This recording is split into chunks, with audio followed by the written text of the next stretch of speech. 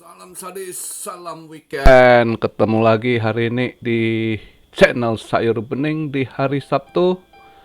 Eh, Market ya nggak gimana, sideways juga ya. Dia BTC, altcoin yang agak-agak naik ya. Ini saya buat video market cap di 1 triliun,57 billion. Volume 50,7 billion.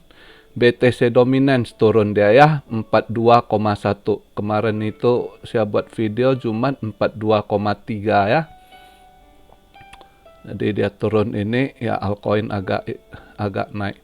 Ya semalam sebelum PCE itu koreksi ke bawah dikit, terus tengah malam saya tidur, saya lihat sempat disorong ke 23.500-an lah ya. Terus ya ketendang ke bawah lagi ya kan. Nutup ya tadi pagi sama aja kayak kemarin di 23 ribuan daily-nya. Ya. Tapi ya beberapa altcoin yang lumayan naik lah ya. Beberapa altcoin naik juga kemarin. Ya udah ketahuan lah yang mainkan ini ETH Maxi ya. Ethereum Maxi kemarin banyak ETH masuk ke exchange. Jadi mereka cairkan ETH, mereka serok altcoin ya. Jadi ketahuan itu udah tahu pause ETH yang lama gitu. Ketahuan kalau dari serok koin-koinnya kita udah tahu gitu ya.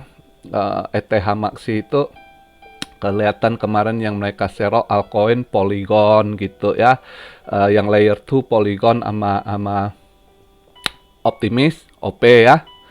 Terus untuk yang lainnya ada mereka serok misalnya CRV, Asintetis gitu ya. Mereka bagi-bagi porsi ya, lihatlah mereka ini apa yang mereka serok itu ya di arah-arah situlah, Toncoin, Telegram gitu ya. Itu biasanya itulah ETH Maxi yang koin-koin begitu yang mereka agak serok. Yang semalam kalau agak mereka mainkan koin Magic ya. Magic sama Conflux CFX ya. Itu yang agak mereka mainkan, tapi ya itu agak ini ya Magic. Tapi secara kalau pemain lama ETH Maxi udah ketahuan itu mereka yang serok itu. Kalau altcoin itu seringnya kalau untuk layer 2 udah pasti Polygon, Matic sama OP gitu ya, Optimism. Biasanya kalau DeFi yaitu AAV. Tapi kali ini saya lihat dia lebih ke ini ke CRV gitu ya. CurveDAO itu yang mereka ambil. Synthetics ada sedikit juga mereka ambil. Nah itu ketahuan itu pause lama gitu, pemain lama di BTC atau ETH, di ETH Maxi lah. Selalu sering mereka flip begitu. Cairkan ETH, serok altcoin saat mereka mau mainkan altcoin.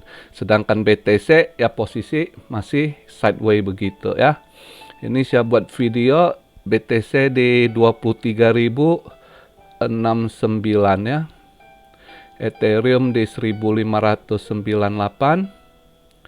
BNB 308. Ini BNB sebenarnya kalau ada yang mau short sedikit boleh nih ya. Jadi jangan semua BNB begitu, bahaya itu mereka kontrol nanti malah disorong itu. Tapi kalau lihat dia punya ini saya bisa di short dikit BNB gitu. Ya. Scalping dikit dapat cabut.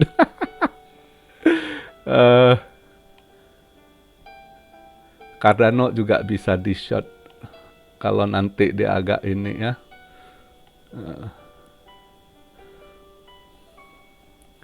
Ya lihatlah, ini Avalanche yang mereka serok juga AVAX semalam, orang ETH lama itu. Udah ketahuan pause ETH, koin-koin yang mereka serok lebih kurang ya koin-koin begitu. Ya kan. Jadi market ya altcoin agak-agak inilah, mungkin hari Sabtu ini ya semalam udah mereka mainkan, Sabtu ini gimana tanggung kentang juga ini. paling berharap ini volume udah nggak tinggi, ini volume 50,7 billion ya kan. Mungkin besok minggu ada yang buang ya. Kalau kondisi gitu, kalau kalian mau short, lihatlah beberapa yang udah lemak ya kan. Saya nggak bisa ngomong yang mana, kalian yang udah pantau tiap hari udah tau lah yang mana kalian target gitu ya. Itu aja saya rasa hari ini. Jadi weekend ini sedikit inilah market juga sideways ini BTC. Nggak gimana, mereka ya udah mendekati FOMC juga lah ya. Juga nanti lusa pagi, Senin pagi nutup weekly candle ya kan. Kita lihat dan nutup di mana juga posisinya. Jadi sedikit saya jawab aja pertanyaan, ada yang nak suruh bahas ini Rusia dengan ini Jerman perang gimana. Ya, panas-panasan aja. Sekarang ekonomi Jerman acak kadut banget sekarang ya. Udah stres juga, dia punya politisi, para petingginya sana udah mau perang lah, ayo gitu kan, udah ini hajar gitu istilahnya.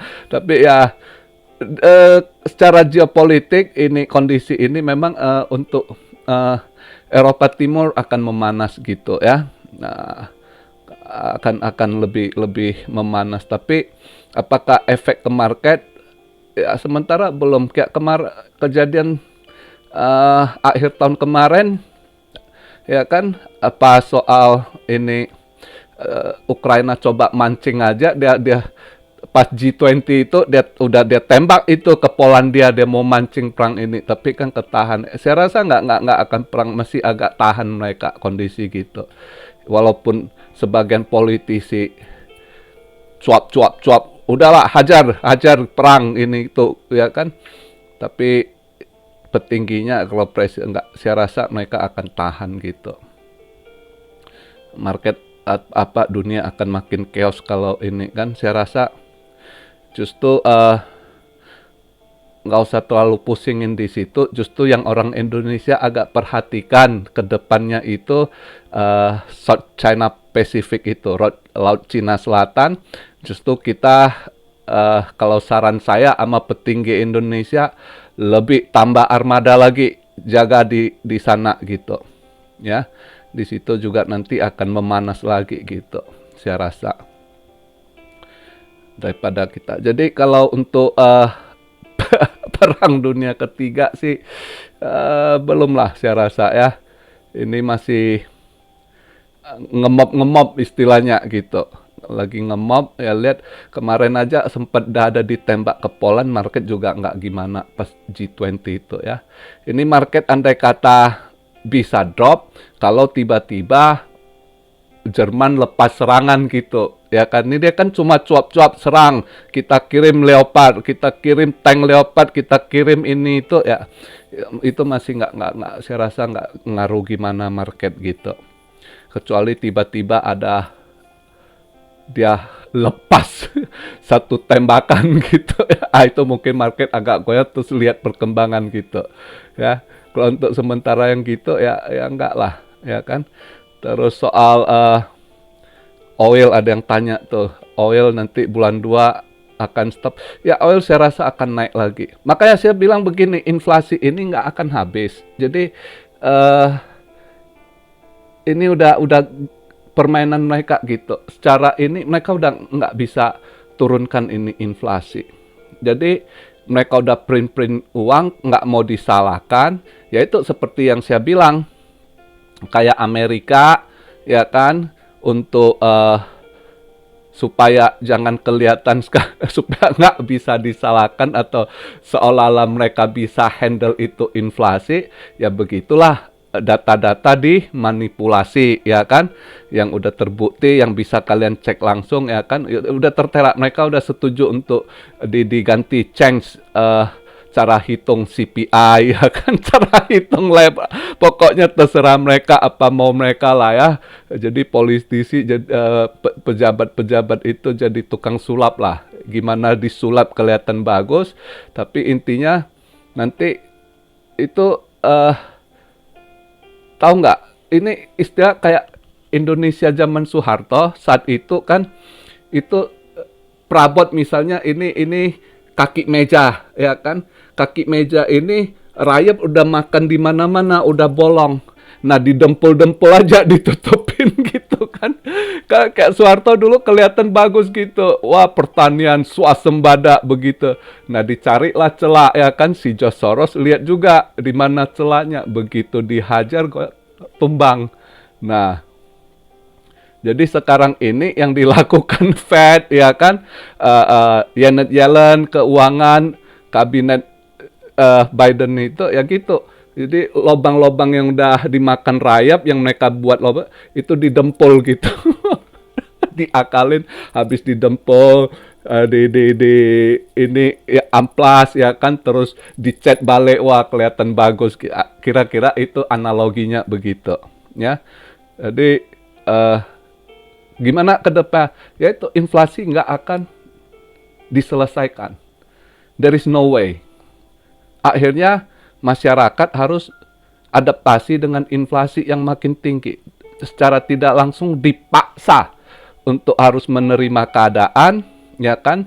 Yang miskin maka akan jadi miskin tambah mampus, ya. Nah, maka kenapa video 2 hari lalu saya katakan sama kalian, jangan kalian dengan harap mau main trading, investasi atau lain apapun, yang kalian sudah punya aset, kalian jual, kalian masukkan ke situ.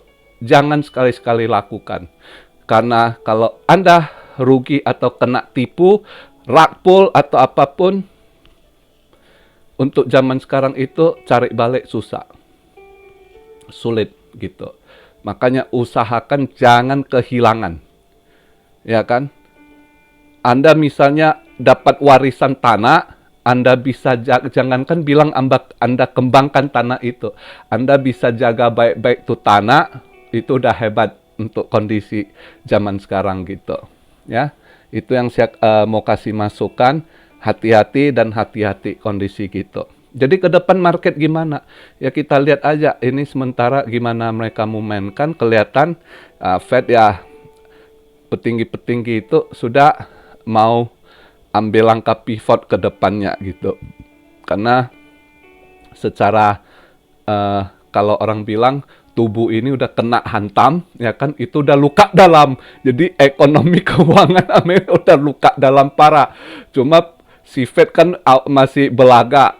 Saya still straight dengan waktu dia hawkish tuh, Anda lihat tuh dia ngomong, ya kan, tetap di jalan kita, saya akan tekan sampai 2%. Saya udah berkali-kali dari setengah tahun lalu saya bilang tidak akan mungkin. Ini aja dia bisa nekan bulan kemarin itu dengan sudah udah disetel itu data-data di mana yang harus dimasukkan, yang jangan dimasukkan datanya supaya ini, ya kan. Jadi udah kalau nggak dipermak begitu, itu bukan persentasi dari CPI itu bukan yang seperti mereka umumkan, di atas dari itu, ya kan? Karena kita bisa lihat, saya nelpon teman di Ambrek, kita lihat ngobrol, ya kan, kata teman saya, ya mereka telur gitu kan, satu itu ada 10 biji gitu, ya kan? Itu dari harga awal dengan harga sekarang itu udah naik 60% telur, ya kan? Susu berapa persen? Harga ini belakangan yang agak turun ham, dia bilang bacon agak turun gitu. Teman siapa susu, telur itu naik tinggi gitu, minyak, ya kan. Jadi tidak seperti yang diumumkan oleh mereka gitu. Jadi lihatlah, masyarakat dipaksa sebab akan. Jadi maka saya bilang hati-hati, ini inflasi cuma didempul-dempul dulu, nanti mereka kelihatan bagus bentar, ya kan, nanti anjlok lagi, ya udah print money lagi, print money naik lagi tuh inflasi, ya kan, inflasi, nah ditekan lagi. Jadi begitu aja diulang gitu. Kayaknya ke depan dalam beberapa tahun ini kalau mereka nggak dapatkan solusi yang benar, ya begitu gitu, ya. Makanya kondisi saat itu ke saat ini kita selalu hati-hati gitu. Masih ada apa yang akan terjadi depan kita nggak tahu yang masih mereka sembunyikan. Belum lagi debt gitu ya. Bank-bank udah pasang impos, yang koma udah ada, cuma nggak diumumkan gitu. Ya kan? Kalau nggak bisa survive, rakyatnya udah nggak ada duit gitu. Bank-bank itu biasanya mutar uang-uang mereka saving account gitu. Saving sekarang drop sekali, nggak ada gitu. Justru hutang. Karena di Amrik itu udah biasa. Amrik waktu zaman si aja bule-bule itu mereka udah cashless gitu. Kemana-mana ya card gitu. Semuanya andalan card, credit card, debit card gitu kan. Jadi credit card udah pada nggak sanggup bayar gitu ya kan. Nah, bank-bank ini juga punya hutang, juga nggak bisa nutup. Yang hutang dia nggak bisa bayar, ya kan? Jadi ini kayak benang kusut lah gitu, ya kan? Jadi ribet kondisi sekarang itu. Bisa aja ini ada lagi nanti debt bubble namanya gitu, ya, bubble hutang gitu. Itu rakyatnya sama bank gitu. Belum lagi dia punya negara hutangnya yang udah debt ceilingnya udah. Jadi masih banyak hal yang akan terjadi yang kita tidak tahu, yang misal nanti bisa aja tiba-tiba apa. Makanya saya bilang santai ngadepi market, jangan takut ketinggalan, takut ini itu, jangan. Sebaiknya kerja nyata, nabung, begitu ada sesuatu hal, ada apa barang murah, baru kita beli gitu. Ya kan? Jangan dikejar kondisi saat itu. Saat sekarang begini itu banyak pelaku pasar itu juga yang hati-hati itu, mereka masih nggak masuk market, masih pantau gitu. Ya. Nah, itu yang bisa saya jawab pertanyaan kalian, yang kalian minta bahas, ya kan, soal perang Rusia sama. Saya rasa belum ini, cuma masih ngemop, ya kan, gertak-gertak dulu lah gitu. Udah stres juga kan, karena ekonomi Jerman jeblok sekali, pusing mereka gitu, ya, acak kadut di dalam gitu ekonominya. Ya istilahnya, ya itulah, nggak persiapan, sanksi-sanksi yang dibuat jadi bumerang buat mereka sendiri gitu. Nah, akhirnya begitu. Tapi memang memanas untuk secara geopolitiknya beberapa waktu ke depan ini akan lebih memanas di wilayah Eropa Timur gitu ya. Termasuk juga nanti dekat-dekat Rusia perbatasan ya, kita lihat kadang Azerbaijan dengan Armenia gitu. Itu tapi itu nggak akan efek market yang gitu, nggak terlalu gitu ya. Jadi begitu aja di hari weekend ini yang saya bahas. Santai aja, ya kan? Saya juga lihat pacuan kuda santai di hari Sabtu ini. Dingin, semalam baru untuk musim winter kali ini baru semalam snow gitu ya. Sebentar sih ada snow-nya sejam lebih, hampir 2 jam lah lebih kurang ya. Udah tuh stop, hujan balik. Jadi hujan campur snow, terus berhenti hujannya, jadi snow gitu ya kan. Terus akhirnya snow-nya ganti air lagi, terus berhenti gitu. Tapi lumayan dingin gitu. Oke, begitu aja. Salam Siario dari Tokyo. God bless you all. Be blessed, be blessed, be blessed. Immanuel, haleluya.